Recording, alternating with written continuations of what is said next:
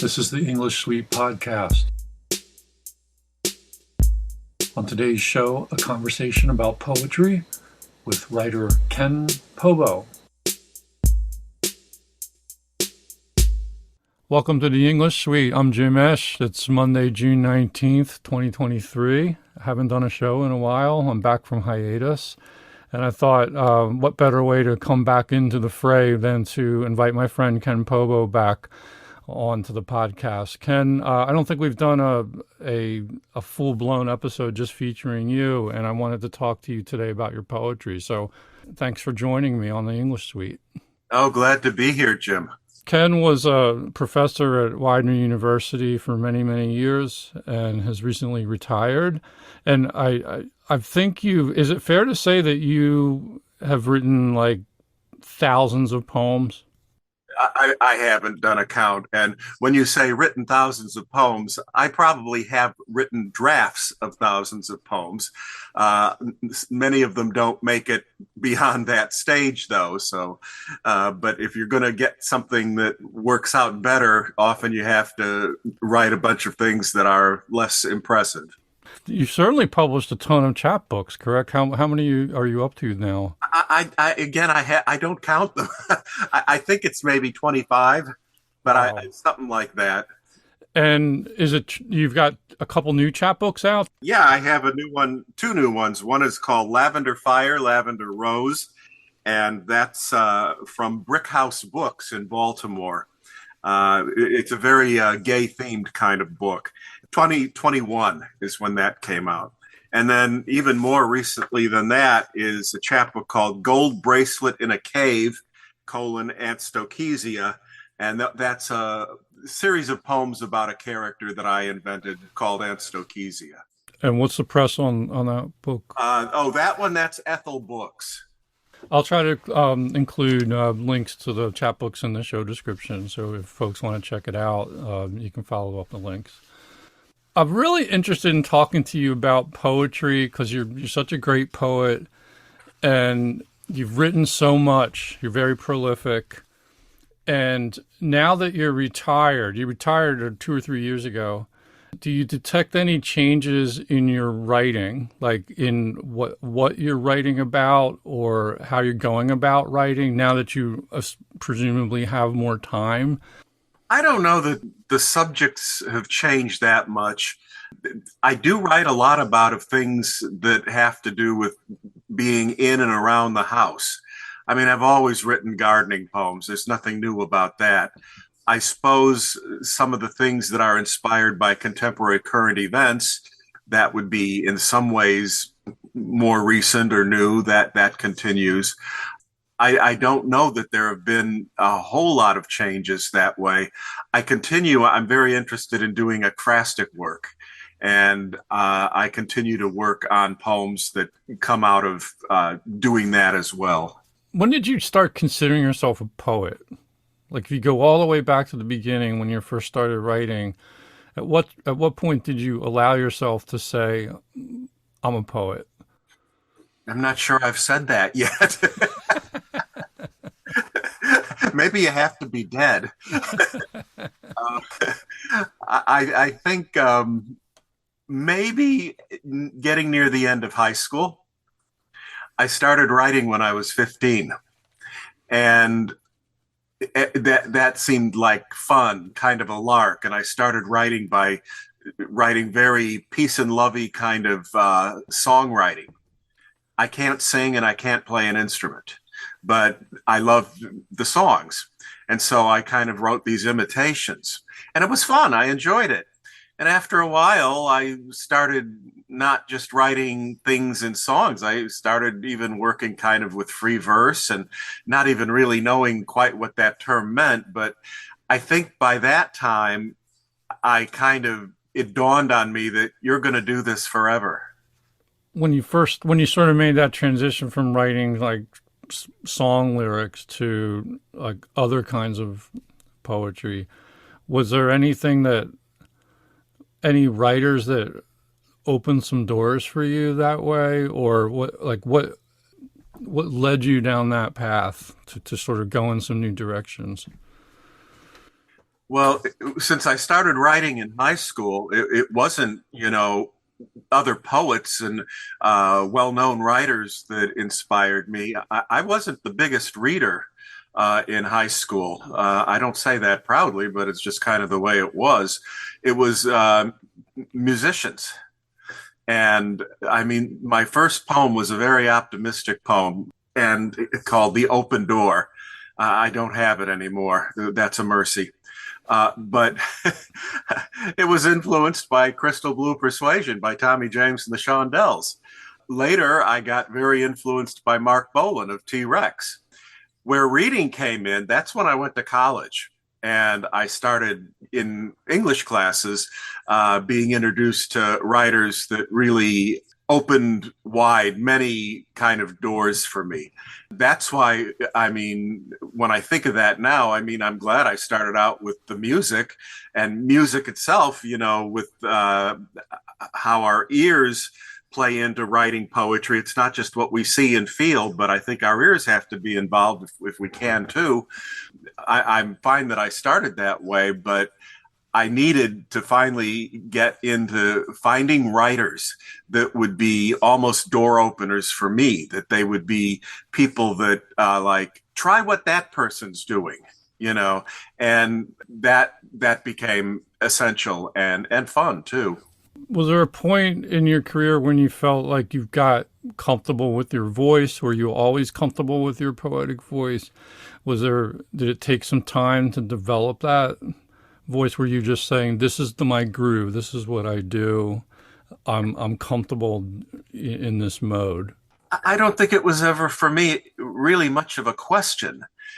As you said, I've always been fairly prolific, and so I'm. If you're writing a lot, you're trying some things. I do like to try things in form a lot, even to this day. I like, but that's one voice. What did Whitman say? I am large, I contain multitudes. I mean, maybe we have more than one voice that comes out given the different kind of poem that we're writing or what we're experiencing and how that gets translated into language. I don't know if anyone could say, I read this poem and, oh, yeah, that's a Pobo poem. Maybe some could, but I don't know. I mean, I don't know that I recognize that voice as my own all the time. Mm-hmm. Maybe sometimes. Well, maybe we can hear an example of your voice. You want to pick one from one of the new chapbooks to read? Well, I can do that because I have them right in front of me here. The reason I chose this poem from Lavender Fire, Lavender Rose is because it's kind of about learning how to write poetry. And in the classroom, the teacher doesn't come off too well. And here I became a creative writing teacher, but kind of the way that sometimes teachers and classrooms can actually be censorious for students instead of opening for students. This poem is called Unlearning. That creative writing prof I had sophomore year, who said Whitman wasn't gay, believed in universal poems. He meant straight poems. Only a straight person could be universal, since most people fuck the other sex. Okay, I admit it, he didn't say fuck. He rarely said what he meant. I knew I couldn't turn in poems about my boyfriend or charming high school dalliances I had, mostly in daydreams. His wedding ring, a classroom climate. It never got above freezing unless you agreed with him. He trotted out a poem he had in Southern Wishbone Review, all about his kids. My, they did funny things. It took years to pull his nails out of my brain. Whitman helped pull them out one by one. We swam naked in a pond. The fact that he was dead didn't bother me. In fact, it made him more lively. We didn't fret about the universe. We packed at a picnic lunch, sat by a froggy creek, and talked about our favorite poems. Nice, very, very playful imagery there. I like how that runs contrary to like this professor who seems to just be like hopelessly close-minded. Well, the one thing that maybe a poet can do is if there's resistance and you have to butt your head up against it, what doesn't kill me makes me stronger. And maybe some of that in the long run can be helpful, but I'm not crazy about teachers that in any way try to muzzle and censor and say, you should write about this or don't go in this direction. And, who are they to say? Did you have any mentors as you were developing as a writer, teachers or mentors who, in a positive way, shaped Oh, you? yes. Maybe not so much in high school. I did have a creative writing class there, but I didn't think of the teacher as, quote, like a mentor. He was nice in that he did let us go our own way. Just write this, turn something in, and boom, boom, boom. That was about it. And then in college, I did, and then on into graduate school as well. In a way, when I think about being, out of school, at least as a student, maybe your mentors often can be your fellow poets and your friends who write, because you're maybe hearing about what they're doing, they're hearing about what you're doing, and it almost can be a mutual way of both of you being able to grow just because you're both working in words. When you think about the subject matter that you write about and over the course of your career, has that changed in any significant ways, or do you just keep sort of plowing the same fields like year after year? Like, what have you seen any growth or important changes over the decades in what you write about? Well, I suppose originally, I didn't write poems with any specific gay content. I mean, before I came out, or that, especially I was raised, I had a very religious kind of upbringing that way. That was not going to happen for me as far as writing goes until I was in my 20s. But so, I mean, that would be kind of a change. But once you make that change, I mean, gay subject matter is still very common. Well, I'm married to, Stanley, and we have a life together, and that kind of influences and maybe like before I met him, the poems about being gay would be different than, my poems about being gay and married. So there are fluctuations and changes in even if it's subject matter that you, quote, plow again and again, but you may, with different experiences in life, plow it in different ways with different kind of angles and insights that way as well. I mentioned a little bit before about the garden, that I don't know that subject matter has changed, but I will say this. I mean, as a gardener, I can speak to this. You may plant a lot of the same flowers every year, but the garden is different no matter what.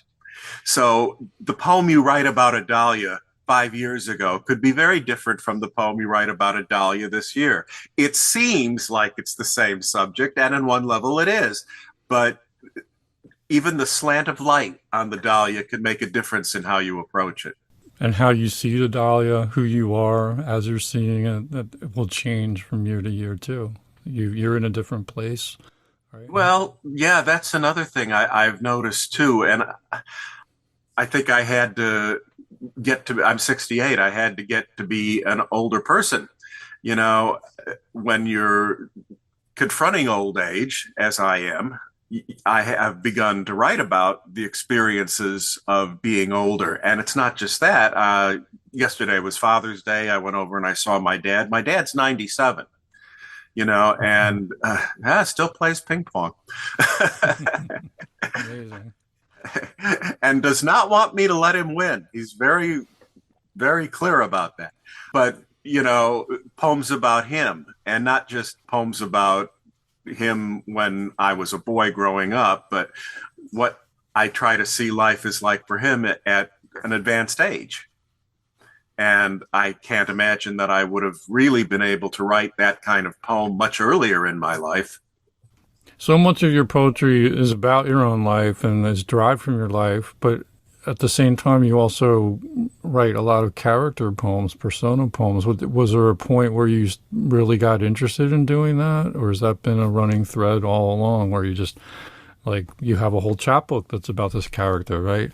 So, like, when did that all start up? Well, I can trace that partly. I mean,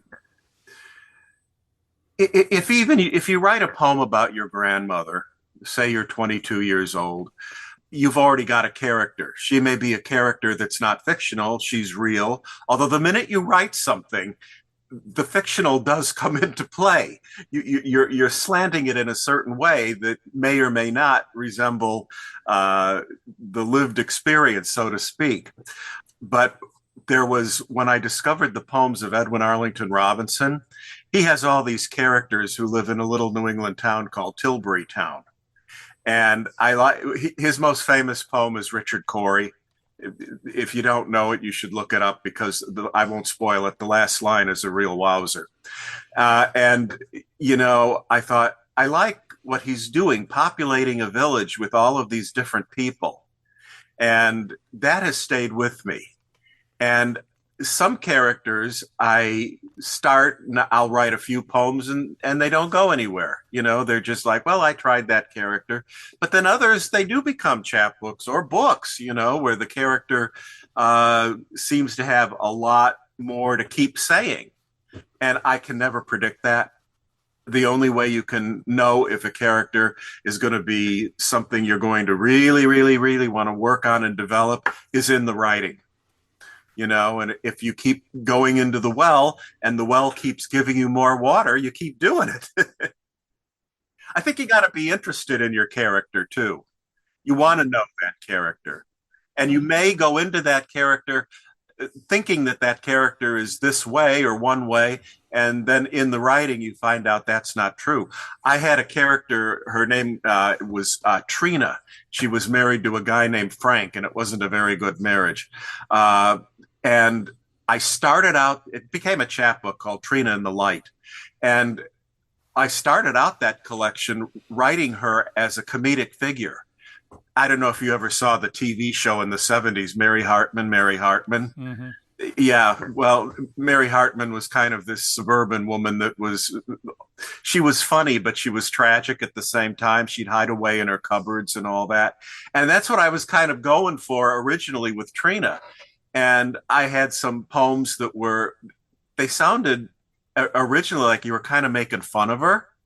Well, the more I wrote, the more I kind of liked her, or the more I kind of had empathy for her. And then all those earlier kind of jokey kind of satires didn't fit. They didn't seem right for what I was doing, but only if you hold on long enough to really get to know the character and what you want to do get the insight into maybe a better direction to take that character.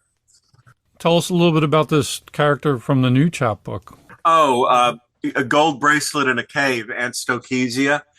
I've got several aunts in my poems, you know.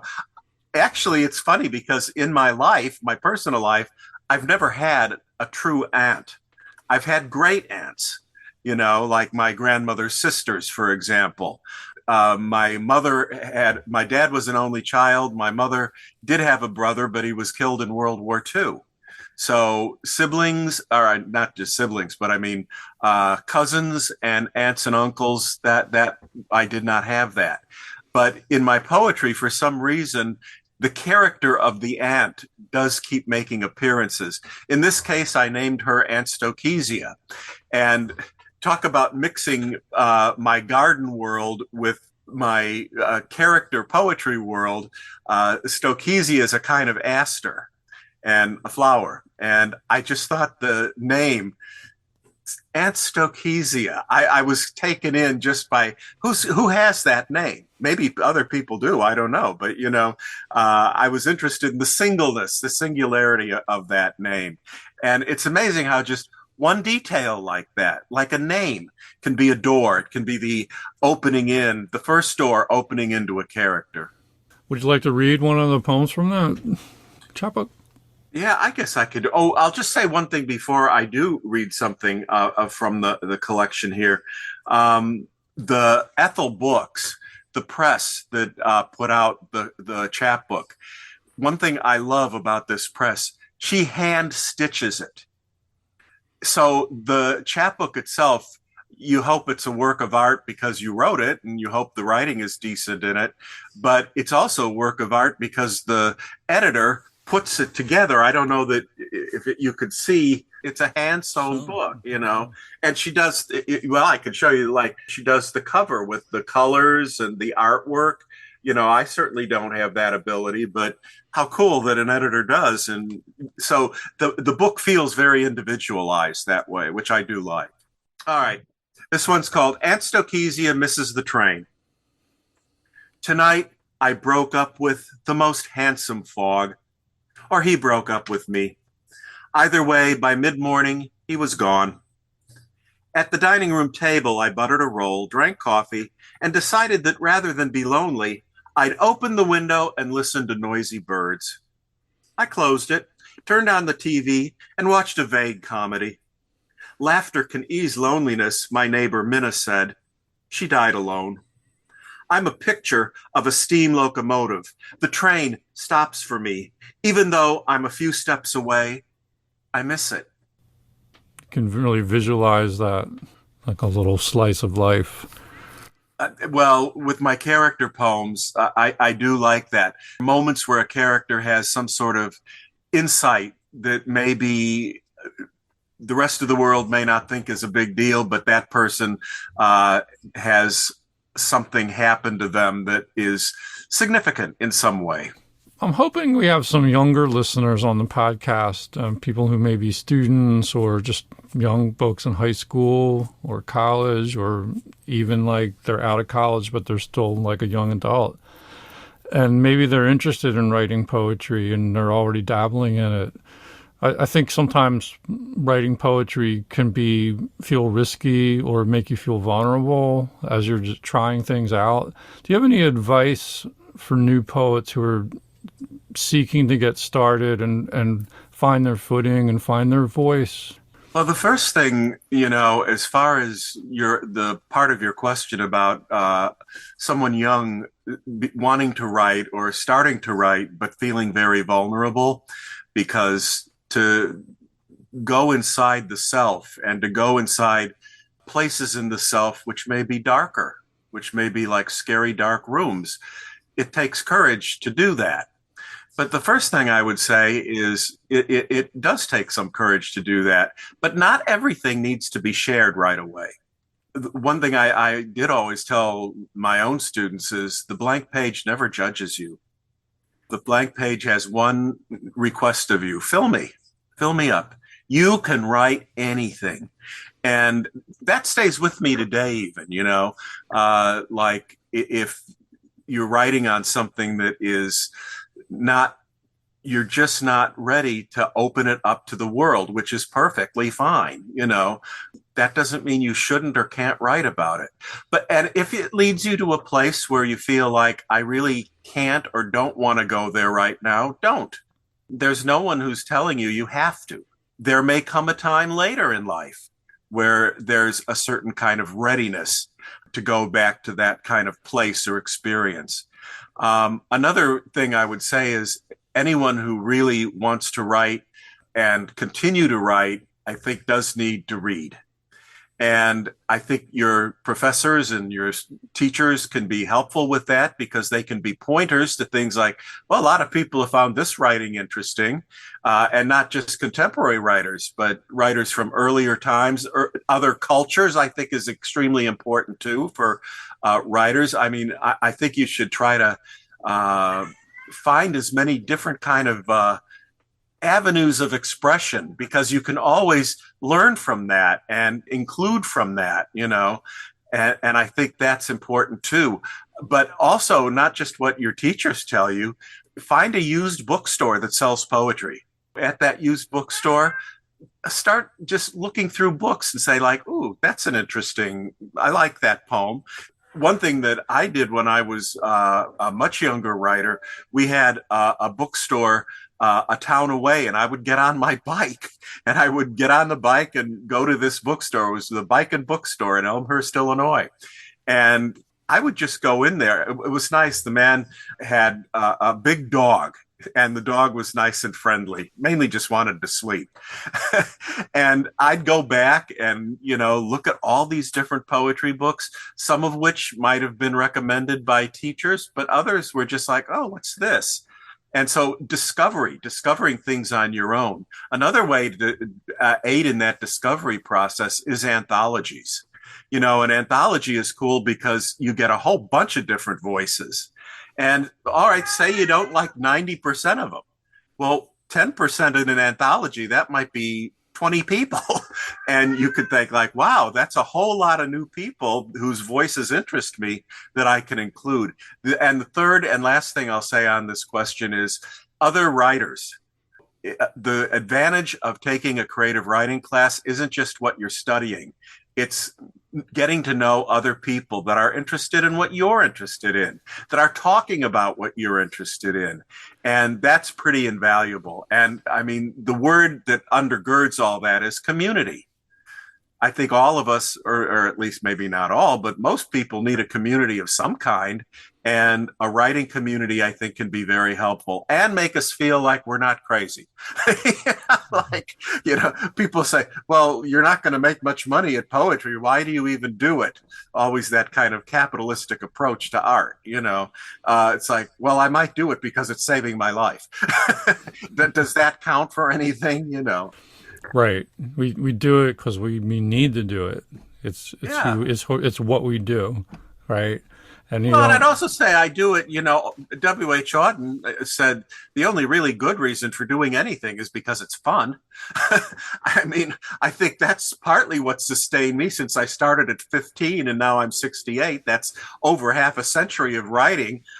I mean, yeah, there are times with writing you want to, well, I don't have much hair left, but you want to pull it out. It's like, I can't get this darn thing to work, or I can't get this plane off the ground. But then there are these other moments where like you're in it and it's like you don't even realize almost what's going around, what else is happening, because I guess we call it the zone. You're in a writing pain, a writing place. A plane of existence, and it doesn't last all that long, but boy, when it comes, it's I would say it's lots of fun and very I feel very alive at those moments. Yeah, so much wisdom in what you said. Like a couple things that jumped out was the courage it takes to write. The finding a community is important, and in these days you can find a virtual community as well. So even if you're like way off in the sticks someplace and you don't feel like anyone would understand you, you can find people online who are like-minded. But there's also no substitute for actually meeting up with people and establishing some friendships, some creative writing friends that you can share work with. But ultimately, I think I don't know if you agree with this or not. Like, so often when I write, I feel like I'm the main audience. Like, I want to entertain myself, first of all. And sometimes that's all it's ever going to be shared with is myself. And there's some value to that because you're exploring yourself, you're expressing yourself. Once you write a lot, you can go back and look at what, 18-year-old Jim wrote and reconnect with that. And it's like there's value in it. It doesn't always have to be attached to like I'm going to make money at this or I'm going to be published author or anything like that. You can have a rich, rewarding writing life just by doing your thing and then sharing it with the people who matter to you, but including yourself. I agree with that because if you're not interested, if you're not, and I guess we could use the word entertained, if I'm not pulled into my own work, well, the chances are that other people are going to find it interesting. I can't remember who said it, but it's kind of a good line, and I'm probably going to misquote it. No surprise for the writer, no surprise for the reader. And so I want that surprise. I want that like, oh, where did that come from? I want to be kind of have the poem, or I should mention, I also write flash fiction too, the poem or the flash piece to kind of be that surprise. And alert and awaken me in that way. One thing also people can do, because you mentioned the use of the internet and the computer, there are Zoom readings all over the internet. You can go and find all sorts of people that are reading online. So even if you can't get out to a place where there's an in-person reading, though, if you can, that's a fun experience too, usually. In fact, some people, if they want to try their chances at reading their own work in front of an audience out loud, there are what we call open mics, which Widener has, and students or readers can get up in front of often strangers and share work. For some people, that's scary. For other people, it's kind of fun and an opportunity. I always found it really terrifying to do that, but once I started doing it, it was really, really fun. Like, if you can push through and like get up on that, it takes a lot of courage again to do that. But boy, it can be really fun to just share your work and, have some people applaud it and talk to you afterwards. It's just, then you really feel like you're connecting. Yeah, even to this day, the part of reading in front of other people, the part that still gives me butterflies is right at the start. Oh, yeah. Like if somebody's introducing you, I almost tense up. I don't know why. But the minute you start reading, it's like that goes away. It's like the act of reading, you're somewhere else now. And it kind of just takes over. And if someone in an audience indicates pleasure with what you've done, that's very gratifying. And if you're not ready to get up on stage, go anyway. Like, be part of the audience, listen, absorb. Like, it's all good. You benefit from it tremendously, even if you're not quite ready to take that step. Even if you're not ready, and that's fine, whatever. You may gain something for your own work by listening to other people. Someone may have a line, even in a poem or a story or whatever they're reading, and it sticks with you. Or they may have a subject and you think like, I'd like to take a swack at that myself. And that happens just because you were able, Bailey's making comments on what I'm saying. I don't think he approves. What am I saying that's so bad, Bailey? But that's another way that you can use a reading to kind of grow yourself, even if you're not going to be a participant on the stage. Well, this has been a lot of fun chatting about poetry with you, and congrats on your new chapbooks. Do you have any other recently published poems you want to tell the audience about, like just like individual works that are showing up in magazines and whatnot? Yeah, I just had a poem that came out recently. It first came out in a very small literary journal, but it was picked up by this online magazine that mainly focuses on history. I'd never even heard of it before, but the editor contacted me because he saw this poem in this very small circulation magazine and said, well, I'd like this for our journal. Maybe if you like, I can read that poem. Yeah, please do. So this is like the second publication of it? Cool. Yeah, the journal is called Portside, Material of Interest to People on the Left. So it's, history, but it's got kind of a left-wing kind of feel to it, I guess. And I guess that would come through a little bit in the poem, but the poem takes a very kind of strong point of view about something, which I'll read it in just a second. But I do have a full-length book coming out too, and that one is called At the Window, Silence. And that should be out in maybe another year. Sometimes, yeah, that's another thing, writers, if you're going to want to publish, learn patience. Yeah. Magazines often take a long time. I've got things that I've sent out that are over 8 months in the queue. They're just waiting for a response here. I wish it weren't that way, but it often is. Editors can be very busy people too. They have lives, and and what happens if you get like 100 manuscripts in a week? How fast can you go through those? Yeah, I've done some editing, as you know, and they're overworked and underpaid. It's Yeah, so even when I get frustrated, I try to factor that in. Well, I'll just read this poem in Portside. The journal it was originally in was called Freshwater. And the poem is called The Arc. That the arc of history bends toward justice, let that saying enter the hall of dead canards.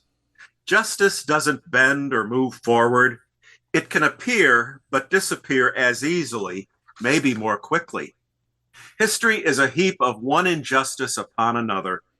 Chaos lunches with justice, but sticks justice with the bill. The arc of history has radiation poisoning. No doctor can save it. Nice. Did the editor have any comments about that poem, like what they really liked about it, why they wanted to include it in their history journal? Not really. Just that, what I'd really like to know more than that is how the heck did you discover freshwater? This is not like the New Yorker, but how interesting. Or if somebody who did read Freshwater thought, I wonder if the editor would find this interesting and sent the poem along to him. One way or another, he got in touch with it. That does make me feel kind of just maybe one last thing here is when you write something, it's a living thing and you never know. Think of Emily Dickinson. She had like 4 poems or something published in like farm journals in her lifetime. And, even when her work did come out, the first edition of her book, it was all messed up because they thought she did the punctuation wrong and the capitalization wrong and all this stuff.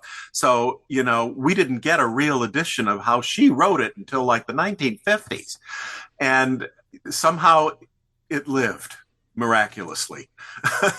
And you write something, and if someone else has a chance to read it, you might be surprised that how it grows legs, just like a frog.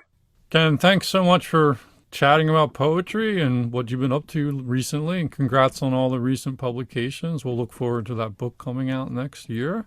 Oh, me too. And I hope we can get you back on the show real soon. Anytime you like. We'll share links to the books in the description. Sounds good. All right. Bye-bye. The English Suite podcast is produced by Jim Esch. You can subscribe to it at Anchor.fm, Spotify, Apple Podcasts, and many other fine podcasting outlets. Please send feedback and suggestions to widenerenglishsuite@gmail.com. Thanks for listening.